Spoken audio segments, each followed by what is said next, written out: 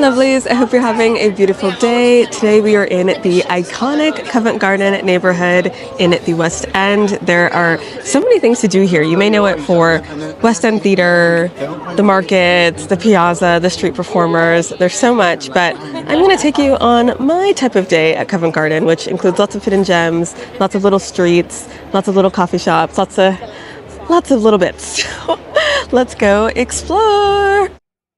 So the best way to get here is to take the Piccadilly line to Covent Garden Station. Just hop on the tube and you'll be here. And the first thing you'll see is James Street, which is the main street. But I particularly love Floral Street, which is just here. There's so many lovely shops, and it's just one of those picturesque London streets that really makes you fall in love with the city. So yeah, I'll just look around at some of these shops.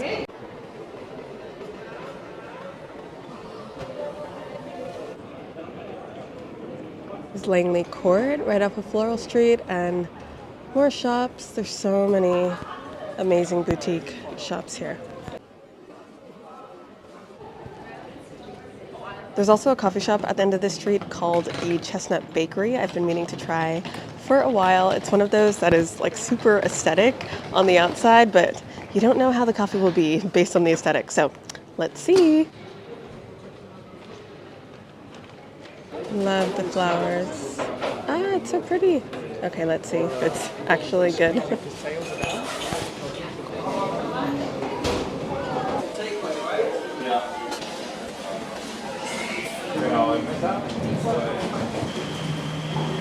An inspired Snickers croissant. Oh my gosh. Oh my god. That is a good latte. That is a good latte. Okay, so I got a mushroom truffle Danish. That is delicious.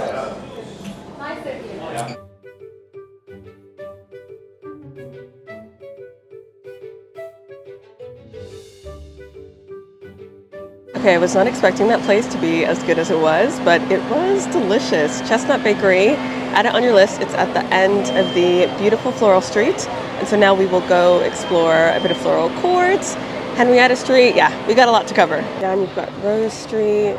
So beautiful. Like, the architecture is stunning. More coffee shops here on Rose Street. And there's a little magic tunnel. Magic. It's not magic, but it's a cool tunnel that I want to show you. I'm just forgetting where it is. I know that you have to go up, and then it should be on my left. Let's see. Okay, I think it's closed for today, but there is this really cool tunnel. I'll put a picture here, and if you're on Floral Street, you can definitely access it. You definitely can. I remember you can from Floral Street if you just make a little turn, and then yeah, it's a cool little tunnel to walk through. So let's continue on. Okay, so let's go over a little bit of Covent Garden history now. So if you can believe it, Covent Garden actually just used to be a field. Its earliest records date back to 1200, and in 1540 the land was granted to John Russell, the first Earl of Bedford, whose job it was to basically turn this into an innovative new London neighborhood, and that is exactly what they did. And slowly but surely it became this Covent Garden that we know and love, and it's easily one of London's most iconic markets. I think when you're walking through the neighborhood, you can really feel the history and the charm, and yeah, I think with some places that are more touristy, obviously like Covent Garden, it can be easy to dismiss it, especially if you're a London local, but there's just something about it. The cobbled streets, the buzz, the street performers, which we will see very soon. But yeah, I do love Covent Garden.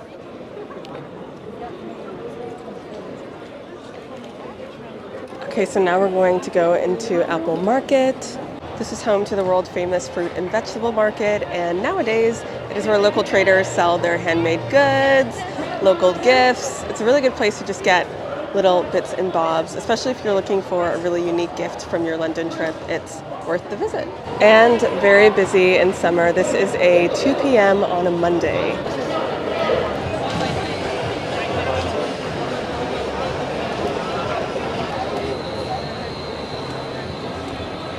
£1 each. Wow.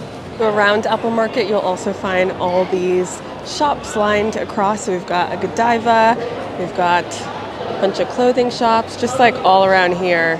It's just good for wandering around, having a pop, doing some window shopping, doing some real shopping, doing some chocolate shopping, which I am very guilty of.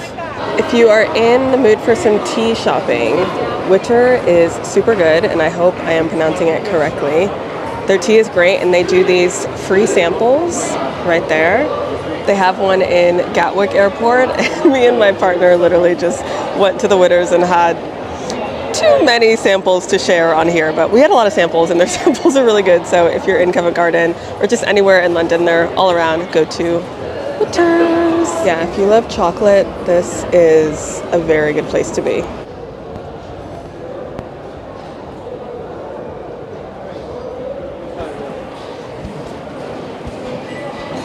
Then you can walk down the South Hall from here. Lots more shops. Covent Garden happening. Yeah, I love the architecture here. You can just tell that this has been kicking it for a very long time. It's one of my favorite things about London, to be honest, just how you're walking somewhere, you're experiencing a location, and you're like, people have been here since the 1800s, and a lot of times it's really not that unchanged. This is a great spot too to hang out, have a glass of wine, and just soak in the Covent Garden atmosphere. You can have a nice glass of wine at VYTA, Vita. Okay, from here you will begin to hear the street performers, and we must see the street performers when in Covent Garden. It's like having a sandwich without bread. Can't be done. Well, actually, I do think there are breadless sandwiches, and it's not for me. But anyways, I am rambling, getting off topic. Let's go see the street performers. Okay, so let's see what they are up to today.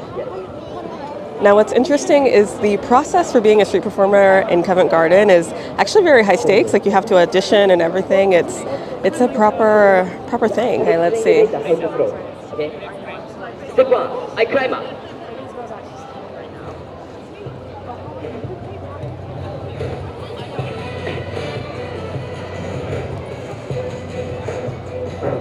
Alright. Are you ready? Please hold the middle under the yellow thing. Yeah. And blade in top position. Oh my gosh. And throw like this. Hiya. No. Okay. Don't do it. 3, 2, 1.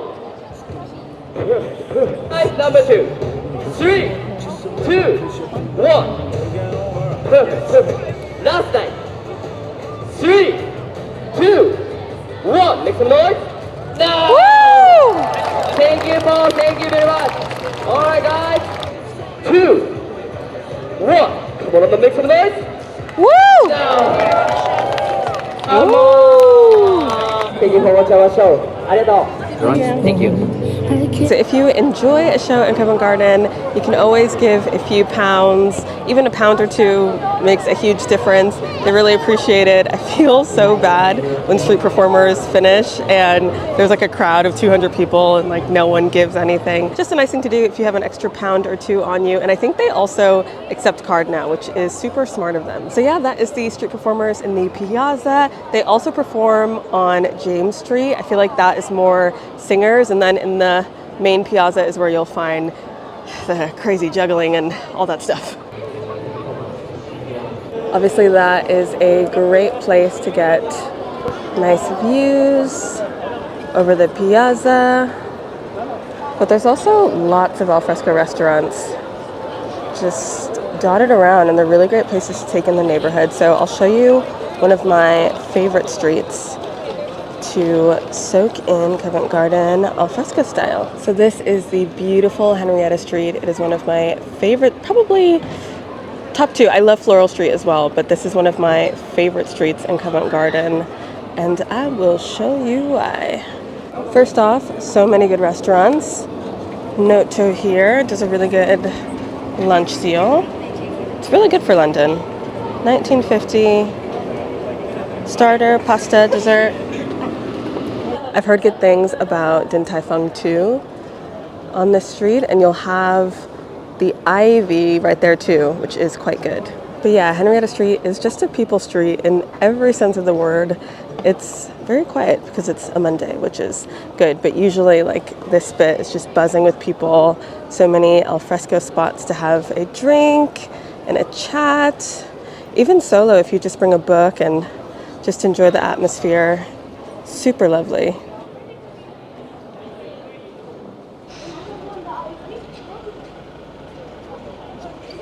Now, once you get out of Henrietta Street, if you just walk down for 1 minute, even less, you'll find St. Paul's Church, which is a lovely little hidden, not so hidden gem.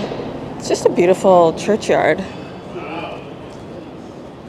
London has so many little churchyards tucked off of different little streets, and it's just a cozy place to sit, read a book, especially in summer. I feel like Londoners in summer, we just need to be outside as much as possible because we do not get good weather any other time of year. So churchyards are great for just taking in a good summer's day in London. So beautiful. Oh my gosh.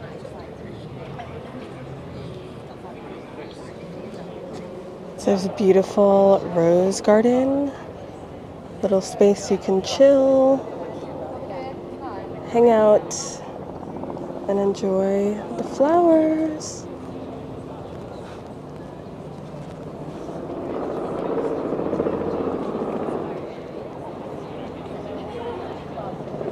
This is so idyllic and so easy to miss if you're just kind of on the piazza bit of Covent Garden. You wouldn't even notice this is here.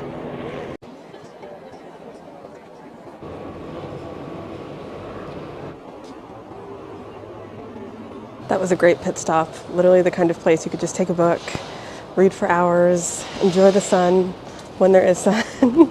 But we have some more Covent Garden exploring to do. So let's head back into the thick of it. Paul's Bakery, always reliably good. That's right outside of the church as well, if you're craving yet another coffee.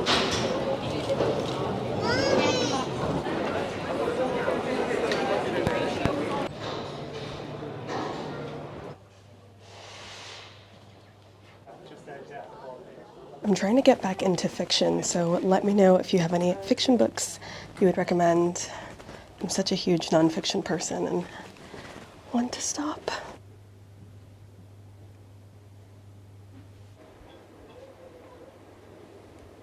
Would love to write a book about London.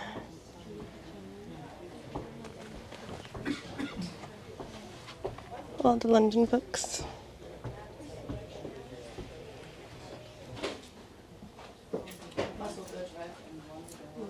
Thank you. Sorry. Amarino is really good if you have ice cream cravings.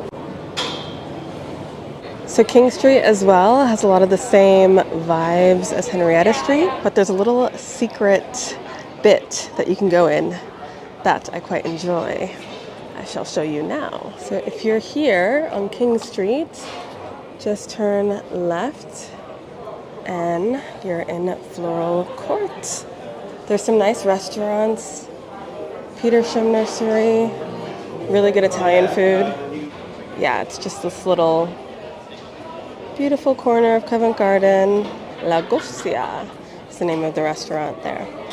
And then this continues through to Floral Street where we were before, but we've already been, so we're gonna just loop back around to King Street. As you can see, Covent Garden is the place to dine al fresco.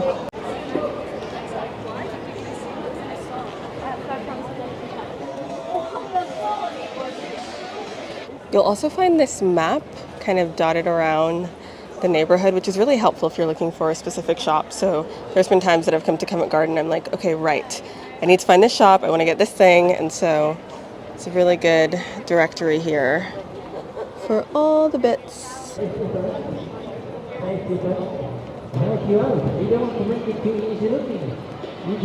Okay, I'm gonna go to the Jubilee Market now.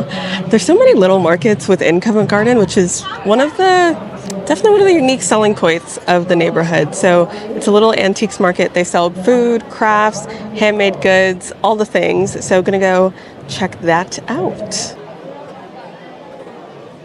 And on Southampton Street is where you will find Jubilee Market. So you can see lots of local traders doing their thing. Oh my gosh. So many little bric-a-bracs here. Oh, buttons. Buttons are really good for blazers. I have a lot of blazers.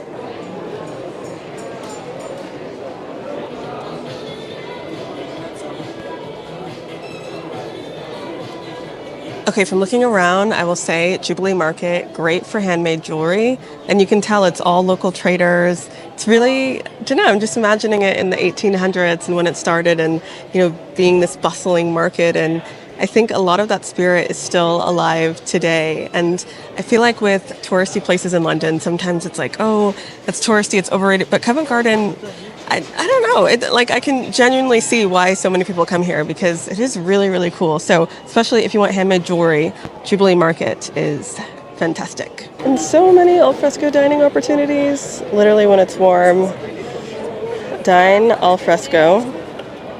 So nice. Covent Garden. And if you love museums, you'll also find the London Transport Museum here.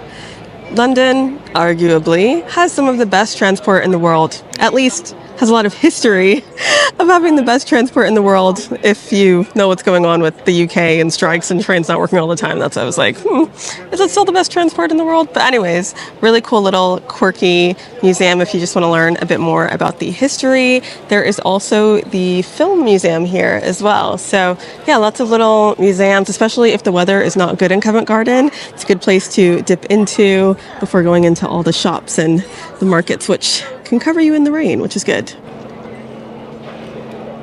Going to take a little right.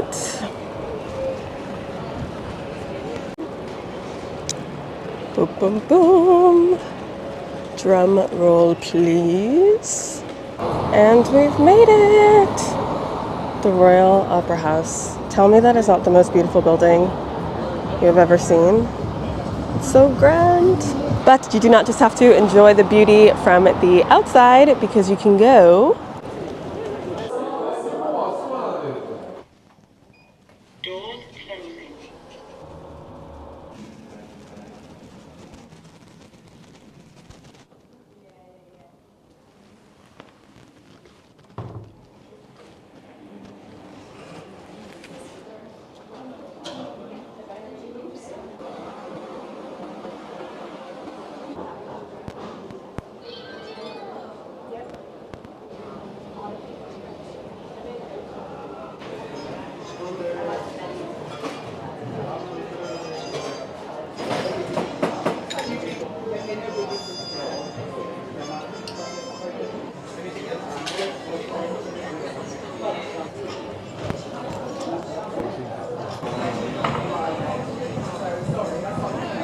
So there is a little terrace, cocktail bar, cafe here, and I got a little mocktail. Super refreshing. The best part is the views. And you can even get some water. So thoughtful. Also a lovely cafe. La Bohème is the name of the bar I saw. By the way, if you are liking this video, be sure to like and subscribe. It is super helpful for just telling the algorithms, recommend this to me again, and I can make more videos. And yeah, it's just really, really good for a tiny creator like me on the YouTube. So now I'm going to show you one of my favorite statues in Covent Garden. I'm looking at it right now. I'm distracted. Let's go across. So this was sculpted by Enzo Plauzotta, and just like sings elegance. I don't know, it's so beautiful. I love just everything about it. It's just a lovely statue to take up in the area. So the Young Dancer in Broad Court, and it is right across the street from the Royal Opera House, so definitely do not miss it. If you love a good telephone box as well, there are a bunch right behind the Young Dancer at Broad Court, so if you want a little telephone pick. Okay, now we're walking just 5 minutes from the Royal Opera House to a colorful little enclave. So we're just walking down Shorts Garden.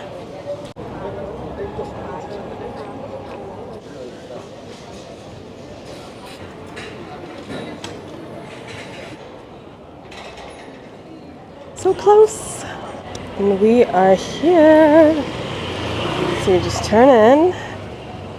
And bada bing, bada ba, bada boo.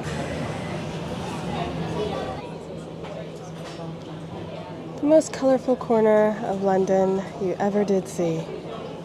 So this little pocket of London is known for its colors, obviously very Instagrammable. But there's also lots of independent boutiques and shops, really nice wine bars. I really like Casanova and Daughters back here. And yeah, it's a really nice place to just hang out. That's Casanova and Daughters there. There's also a really good pizza place right here, Home Slice. Really, really good pizza. Get the truffle pizza, if you like truffle. Obviously, you've seen from this morning, I am a truffle fan, but yeah, they do amazing pizza. This always makes me tear up when I see it. Rest in peace, Diana. This is also a great street as well, Monmouth Street. The other entrance to Neal's Yard. Lots more alfresco dining ops. Just a busy people street. And yeah, you can enter Neal's Yard from here too. Doing all of this in one day has just showed me like how much there is to do in this neighborhood. It's actually insane. You could easily spend like morning till evening just exploring this one bit. So on that note, let's go to Seven Dials. So now we are in Seven Dials, which, can you guess why? Are there any clues? Okay, I'm sure you've guessed it, but I will, spoiler alert, there are 7 streets. So you can see 1, 2, 3, 4, 5, 6, 7. And it was built in the 17th century, apparently to basically increase the amount of profit they could get from people kind of living on these streets. They were meant to be residential, inhabited by wealthy residents, but that basically didn't happen. So now we just have this beautiful dial and pubs and a theater. Yeah, there's just a little bit of everything on Seven Dials. So definitely go into each street one by one if you have the time and see what you discover. This is a really good coffee shop as well. White Pine, right next to Seven Dials, if you're in need of a cuppa. Ooh, cool little vintage store here. More vintage. Good local pub here as well. Wow, that is a beautiful pub. Sometimes I judge my favorite pubs just based on how pretty they are, which usually is correlated to the amount of flowers they have. Really cute coffee shop. Look how tiny it is. Neal Street Espresso. Espresso, espresso, espresso.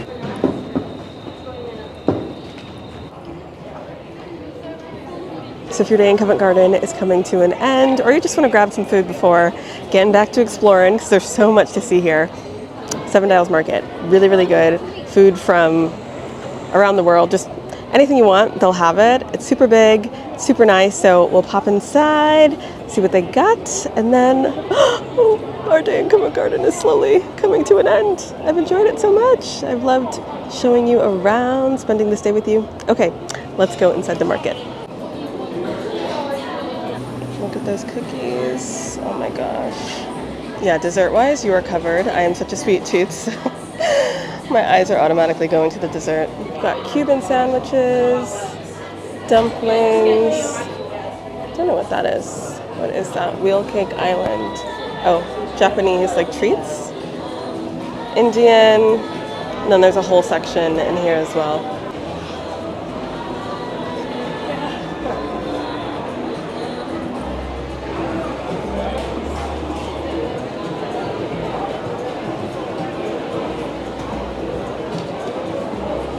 steak place, chai, modern Syrian food. I don't think I've ever had Syrian food. Let me know if you have. Now I'm curious. And you can see there's so much seating. It's great, so you should definitely find a place to sit if you choose to have a meal here. You definitely should, and I'm going to show you my favorite place here. It's called the Cheese Bar. Super, super cool. It's like cheese on this rotating thing, and you just pick the cheese that you want. You can pair it with wine. So, so good. Such a vibe, especially after a day of exploring Covent Garden. Bit of cheese, bit of wine. Chef's kiss. I could not leave you without giving you some recommendations for things to do at night in Covent Garden, which includes one of my favorite comedy clubs, the Top Secret Comedy Club. It's so good, it's so funny, and super affordable. They do like £1 comedy nights certain days of the week. Definitely book your tickets in advance. I've gotten tickets like the day before, but they do tend to sell out. They're really funny, and it's like the place where up-and-coming comedians that you may see on, you know, these big stages and sold-out shows like years from now, but they started here. So really, really good place to have some laughs and, yeah, not break the bank either. Okay, and since we're talking about Covent Garden at night, I obviously need to show you.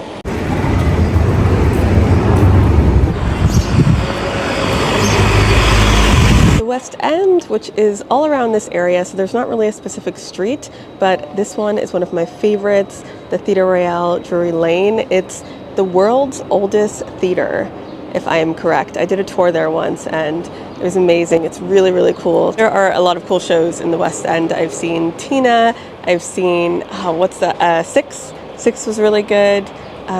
There's one where the play that goes wrong. I love that one as well. But yeah, definitely, if you can see a West End show, I'll leave a blog post that talks more about how to get the best theatre tickets in London. But it's easily one of the best things to do in Covent Garden to end your day. And this whole area during night is fab too. Lots of bars, restaurants. Yeah, it's a vibe. Lovely jubbly. And obviously deliriously beautiful. So yeah, catch a theater show here, go to a bar, go to a happy hour. There's a really good one at Blame Gloria. That one's one of my favorites. There's so much to do. Just a great place to enjoy London life. All right, lovelies, I am going to leave you here. I hope you enjoyed this tour of Covent Garden. Let me know what you think of the neighborhood. Let me know if I showed you something new. And my goal with these videos is literally just to make one person's day, make one person smile. So if that is you, let me know, because that will let me know that I have done my job, hopefully. And I will see you next time. Happy Londoning. Bye.